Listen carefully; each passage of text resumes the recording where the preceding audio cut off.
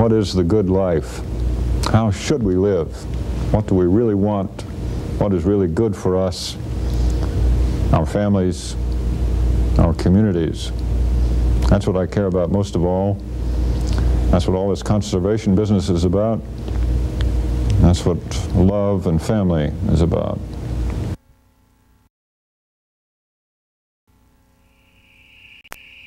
Morning, I wake before sunrise, stick my head out of the sack, peer through a frosty window at a scene dim and vague with flowing mists, dark fantastic shapes looming beyond, an unlikely landscape. The sun is not yet in sight, but signs of the advent are plain to see. Lavender clouds sail like a fleet of ships across a pale green dawn. Each cloud, planed flat on the wind, has a base of fiery gold. Suddenly it comes, the flaming globe, blazing on the pinnacles and balanced rocks, on the canyon walls and through the windows and the sandstone fins.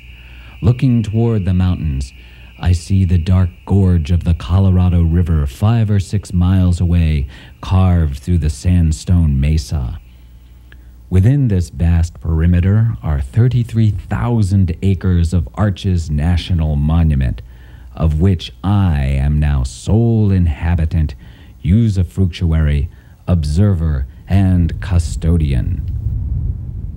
Much of the high desert country has changed since 1956 and 57, when Edward Abbey first scribed those words in his journals. Not until 1968 would they be published as the seminal Desert Solitaire.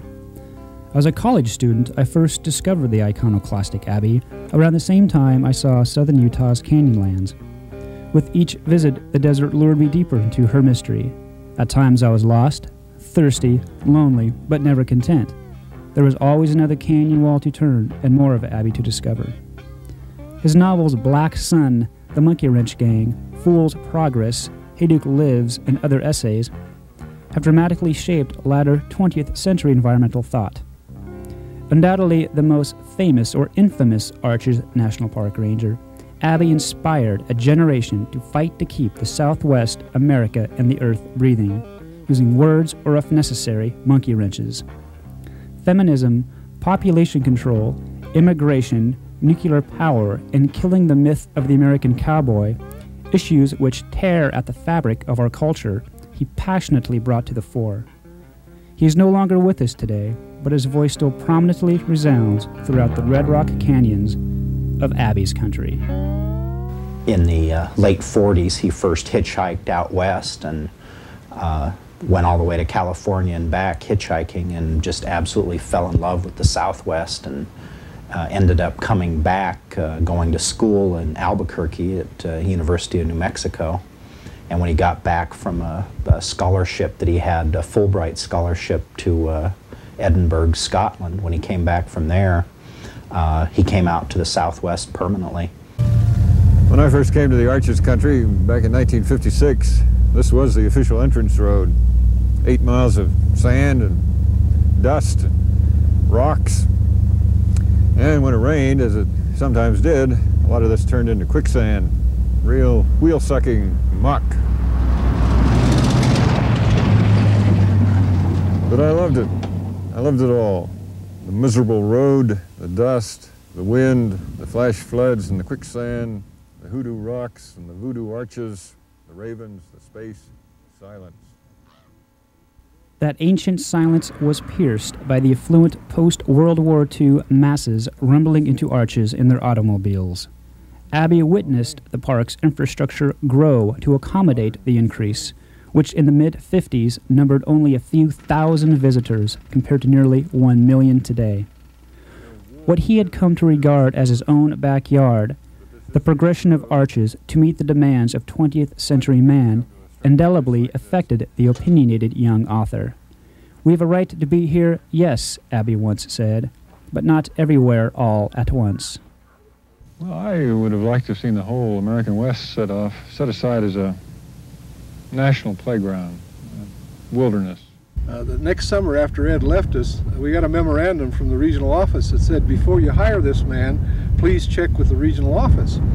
But he must have joined some so-called subversive organization, and fortunately one day he showed up, and we told him, we gave him a copy of the memorandum and said, hey, you got a problem, you better check up on it. Now, Ed would have never made a good bureaucrat. Let's face it, he was too damn independent, and he had his own ideas. Could you see him as superintendent of some big park?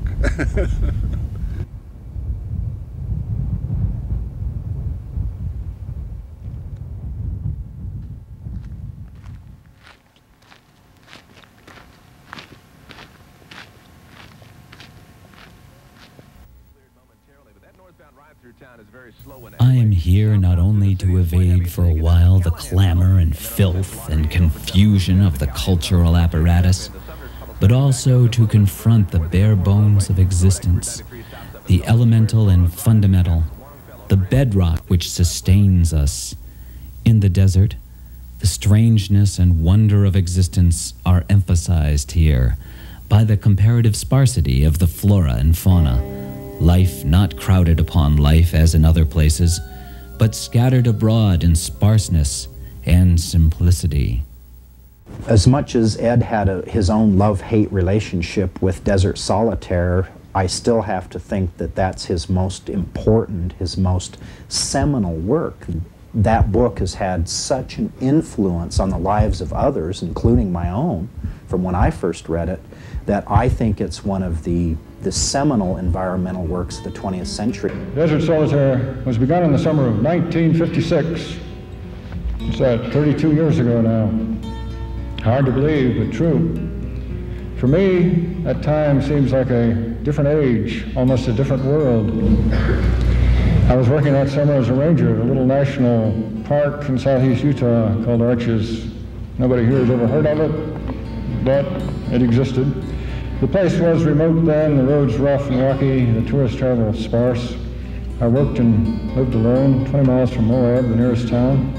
My duties were light. I spent much of my time watching cloud formations and getting paid for it.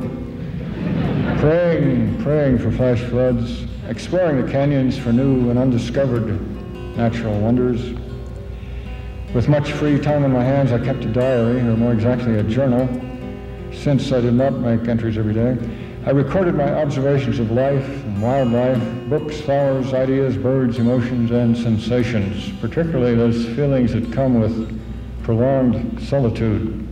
From probably, the publication of Desert Solitaire on, that he's influenced an entire generation of younger authors, from Charles Bowden and Terry Tempest Williams and Doug Peacock to Dave Foreman to I think Barry Lopez even, to many, I mean just dozens and dozens of writers that are writing about the natural environment in new ways. Any of us in the conservation movement, particularly in the American West, view Desert Solitaire as sacred text.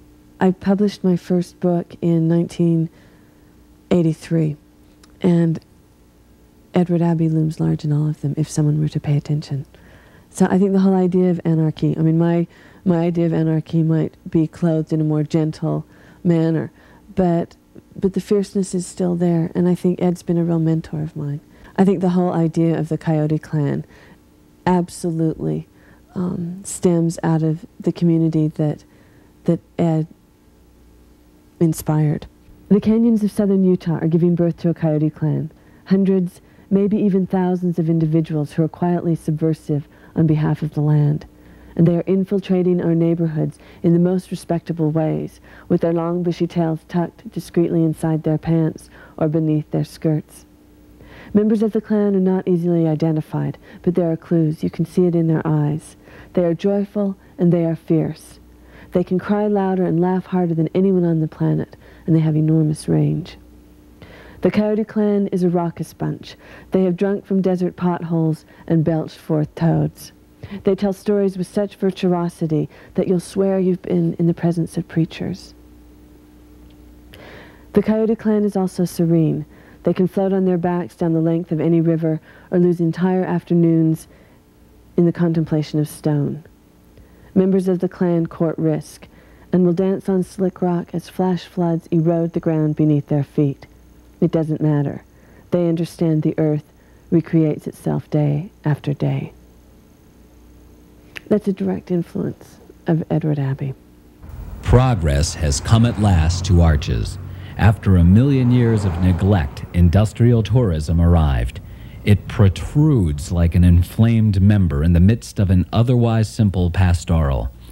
What happened to the Arches, in any case, is merely a microcosmic symptom, a symbol of what has happened and what continues to happen to the American West as a whole, to the nation, to the planet.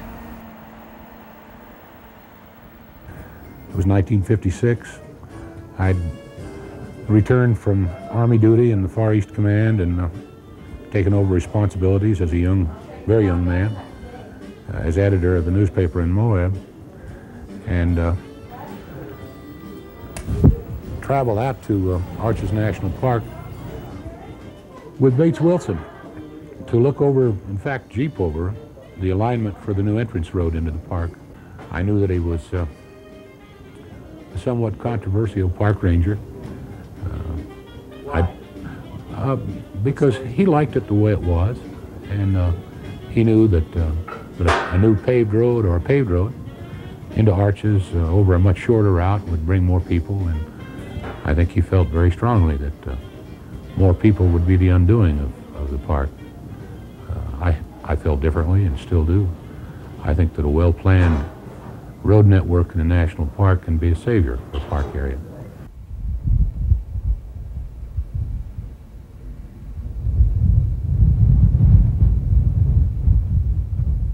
You know, just as visitors refer to him and his ideas, the rangers do also. I mean, certainly everybody that's worked there has read Desert Solitaire.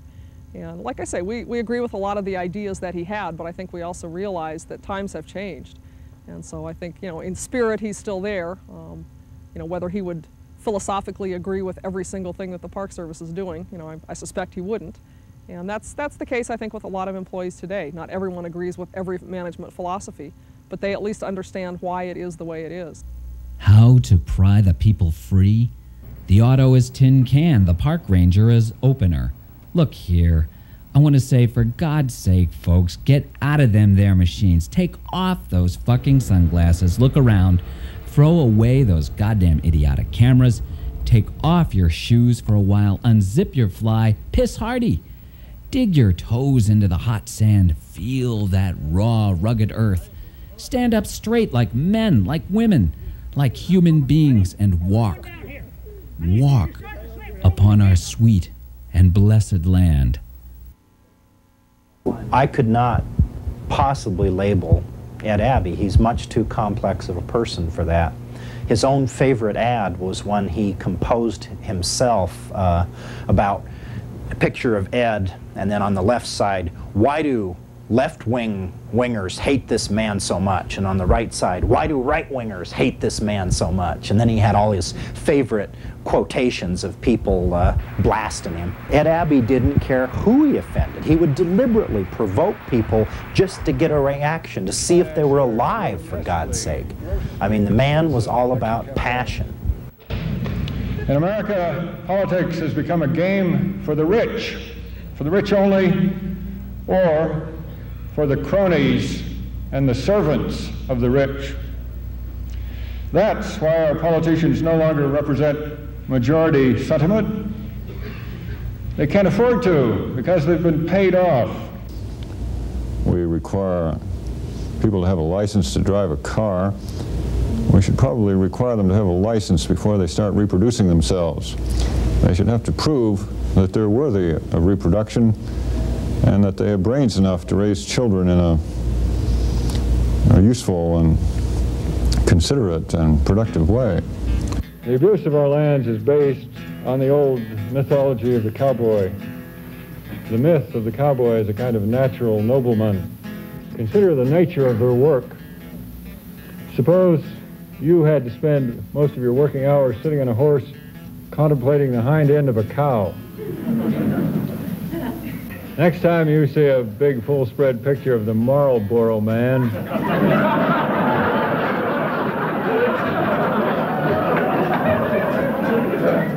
think about this. Speculate. Let your imagination roam freely. What kind of a man is he anyhow, who makes his living by pushing cigarettes? He's not a man at all, he's a pimp for two of the most corrupt industries in America today, tobacco and subsidized public lands, beef. The fact is that he stirred the pot. He got people provoked. He got them thinking. I remember one of the last conversations Ed and I had. We were hiking down Mill Creek Canyon, and he said, you know, I think I'm going to run for governor in Arizona just to get a high voter turnout. One thing we determined years and years ago, Ken and I and Ed and I, we learned how to disagree without being disagreeable. And I think that's so important today. I think many of the people who became Abbey disciples could not understand why we maintained a civil dialogue. I think every author's ideas evolve throughout their literary career, and of course Ed's began, you know, in book form with Jonathan Troy in 1954. I believe that the nucleus and the germination of all of the ideas that became the mature writer Edward Abbey are to be found in that first novel, Jonathan Troy.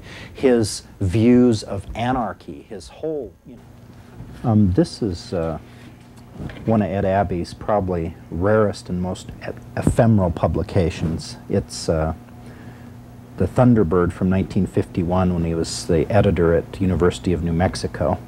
Because of the article on anarchy and violence in the Inside, he was suspended from school, the magazine was destroyed, and the FBI began their first investigation of Abbey. I sensed, although I didn't seek to prove, that there were others who wrote letters to the editor over the years that probably were bullets that Ed made that somebody else shot. He wrote nasty letters to writers like Thomas McGuane, saying, when are you going to knock off this crap and start writing serious stuff about the West?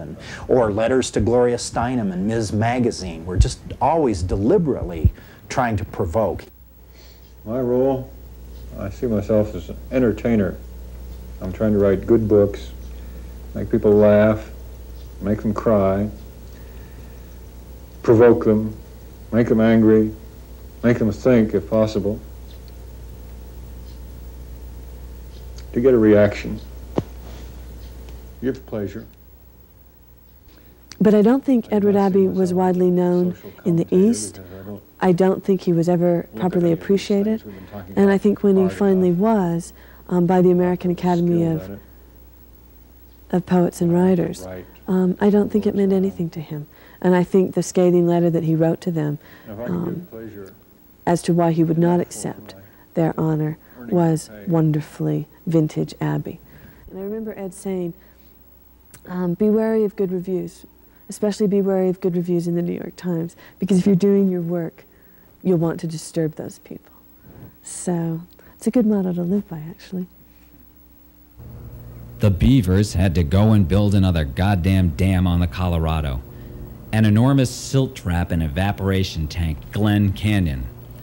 The impounded waters form an artificial lake named Powell, supposedly to honor but actually dishonor the memory, spirit, and vision of Major John Wesley Powell, first American to make a systematic exploration of the Colorado River and its environs, where he and his brave men once lined the rapids and glided through silent canyons 2,000 feet deep.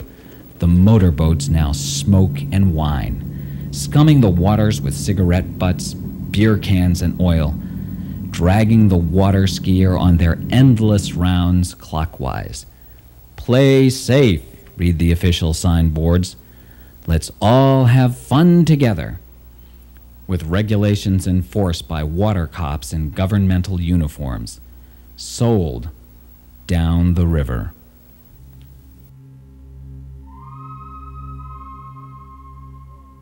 He hated the dam because it destroyed so many things of really beauty, enchantment, thousands and thousands of Indian ruins, pictographs on the wall, a lot of cultural things that went under, that was left by the Indian.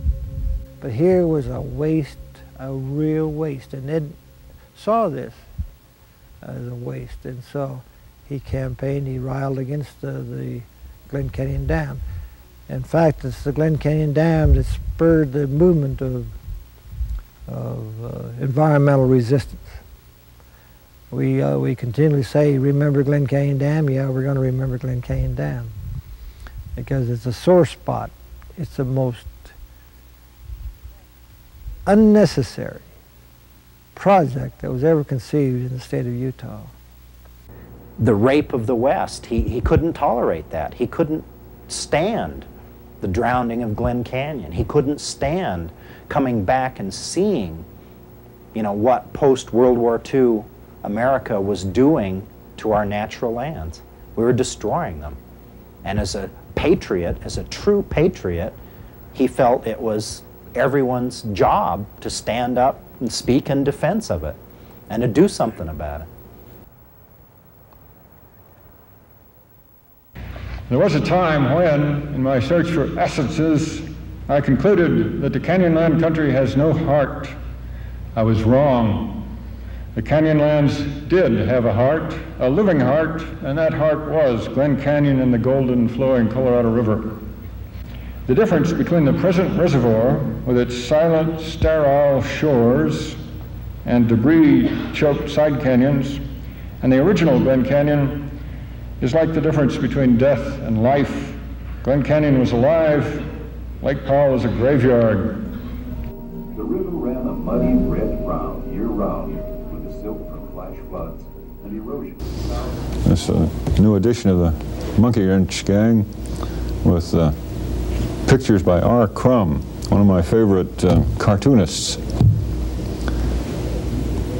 This novel is mainly about sabotage, the efforts of a small group of people, just 4 in this case, to retard, slow down, obstruct the industrialization, the economic development of the American West. Well, let me ask you about that. That's a fairly famous book, and it's become a almost a handbook of sorts for some who advocate, well, I guess direct action to protect the environment. How far is extremism in defense of the environment acceptable? If your home is invaded, attacked by strangers who are attacking your home and perhaps threatening the lives of your, say, wife and children, then everyone recognizes the moral right and the moral duty of self-defense and the defense of those you love and care about.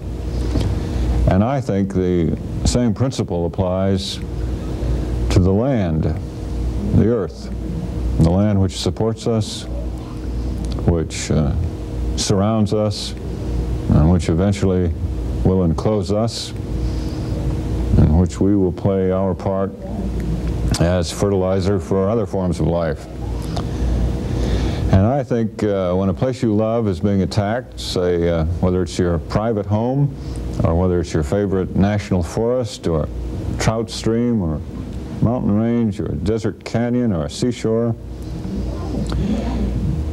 then you have not only the right but the duty, the moral obligation to defend. The publication of the Monkey Wrench Gang was probably the first time that such a widespread avocation of destruction of violence against machines and property versus people had ever been done before.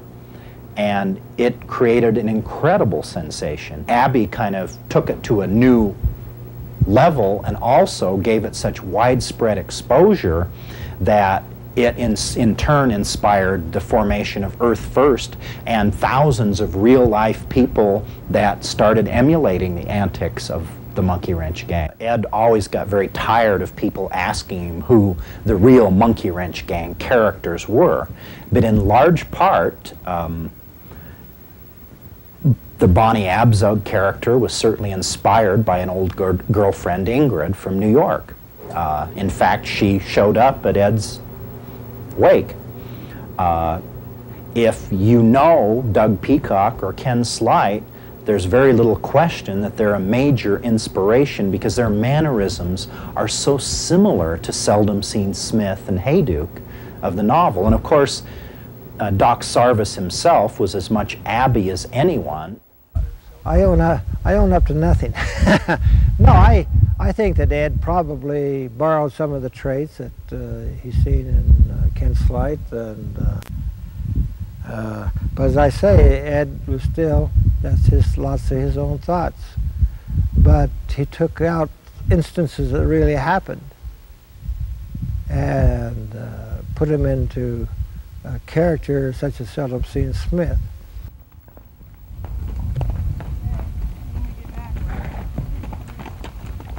But our greatest times was when he came to join me on my river trips or my pack trips or my horse trips. And he came along as a guide, and I put him as part of the staff. And it was very delightful that we could spend many nights together, him as a wrangler or a boatman or whatnot. He was and that's where a lot of these, his mind gelled on a lot of these things, blowing up the dam and taking down bridges and doing away with signs. One of the things Ed always said about monkey wrenching was always do it alone, always do it at night, and don't get caught. And if you do, don't whine about it. And then, of course, those weird types down in Garfield County who lock up some poor jerk for sugaring a bulldozer. Serves him right. Water and sand are much better. Abbey was notorious for, I think, burning down every billboard in New Mexico in the 1940s and early 1950s. He may well have originated that pastime, as far as I know. Have I participated in eco-sabotage? I think I participated in it every day with what I write. And I do agree with the whole idea that there comes a time when greed and deceit and improper conduct has been laid upon the land. And I would go to battle over that, and I have, and I am. And so the idea of blowing up Glen Canyon Dam, I don't think that's so far-fetched. Changing water quality and temperature has turned the once warm desert river into a prime trout stream, with some catches exceeding 18 pounds. The dam has also decreased the severity of annual fluctuations of the river. Down in Grand Canyon, they got a tremendous problem. Over the years, the beaches and the banks have been eroding away, and so there's no places to camp anymore, and that's had an effect upon the plant life. It's had an effect upon the animal life. It's changing it completely. To Ed, the best alternative was to start getting rid of the dam. Now they got it up, now that we know all these problems. Now, when we drain the lake, of course, we'll see, first of all, a hideous scene. Immense mud flats, whole plateaus of sodden garbage, strewn with dead trees, sunken boats, decomposing water skiers.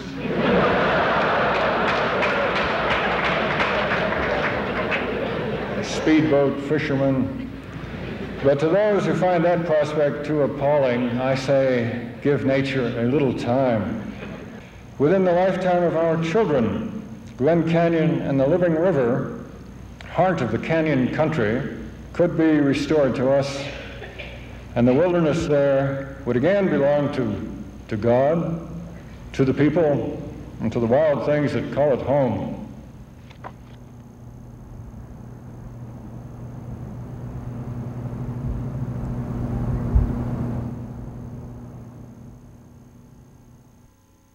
And what Ed did that was so interesting and curious to me is that he formed this bridge between hillbillies, if you will, and intellectuals. And to me, that's one of the most fascinating things about Edward Abbey. And one of my favorite of his quotes is, though my mind soars with Travain and Thoreau, my heart belongs to the imbeciles. Ed had a way of equating with the common man. I consider myself a common man, right?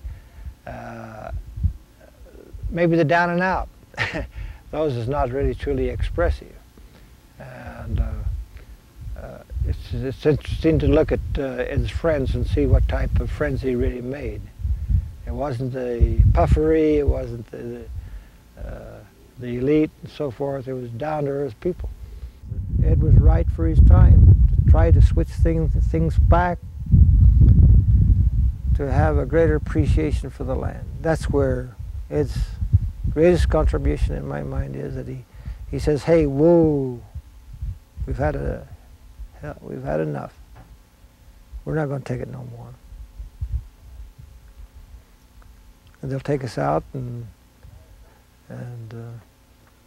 tie us up and so forth.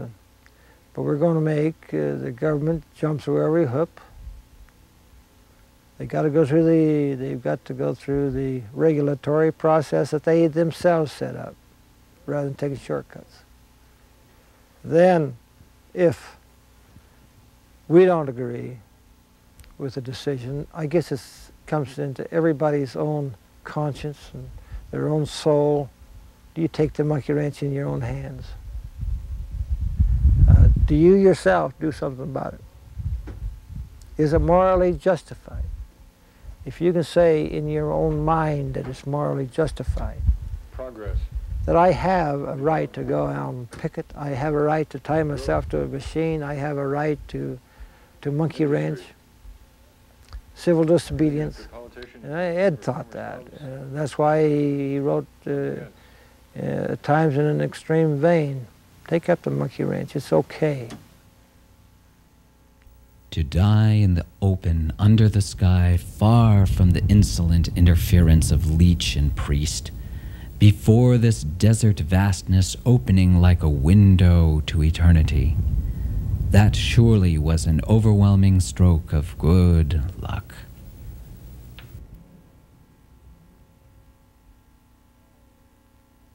Ed's dying was a surprise to me, extreme surprise. He left me just a couple of weeks, week to 2 weeks before he came up to Utah to sign books and autograph parties, and he autographed a number of books at my little bookstore. I never felt such a shock as that in all my life. A dear friend going. At that time, then you never realize just how close you are to another human being. I had gotten a letter from Ed about a month before he died, where I'd written him and says, hey, you know, so-and-so said that you'd been sick. And he wrote back, says, I don't know why you listen to such foolish gossip and lies about me, you know, and just totally denied it. And this was 30 days before he died. He willed himself to live until he finished Hey Duke Lives. And if you look in the introduction to Hey Duke Lives, he has this whole litany that's this farewell to all of his friends. Announcing our place in the family of things, and so we are, a family, a tribe, a clan, flocked together on a full moon in May on the Slick Rock, making a pilgrimage to the center of the universe, Abbey's country. Things are different now. Edward Abbey is gone. We know the physical fact of these words, and we grieve. We know the spiritual truth of these words, and we smile. Ed is here, and will always be. Ed Abbey had a capacity for outrage. He espoused Jeffersonian ideals. He liked calling a spade a spade. Part of what made me, as a writer, admire him, and I am speaking as a man 20 years his junior and meaning no disrespect, was that he called things by their names. He did not mince words. He did not equivocate. He was death's trenchant witness, not its complacent voyeur. He recognized the dimension of social responsibility in literature, without which a country's literature is bankrupt or merely decorative. And I admired him because he could laugh. The beast could not devour him. Despite the easy wisdom that death is part of the great cycle of life, and Ed's going wasn't exactly a surprise, and though difficult, it wasn't unlike he would have wished for himself. But I have to admit to having been floored by the whole experience. I was really paralyzed for weeks, and that's hard for me to admit. Edward, of course, on the other hand, Ed would have totally disapproved, which finally shook me out of it. But he said, "Douglas, why all this moping around? Go do something, So I did. And I have a little note from Peter. He sorely missed, tremendously missed, and but he did leave a hell of a legacy, a lot of influence. What it allows you to do is to carry on by yourself, I guess, a lot of the things that he wanted, to carry it out. So Ed's still there with us. I'll tell you what I do wonder about. What will it be like out here when I am gone and you're gone and our grandchildren are gone and even our great glittering industrial civilization has crumbled to dust? When we're all forgotten, what'll be going on out here then? Nothing lasts forever. Nobody lives forever. Everything comes and goes. We all begin and rise and fade away. What then?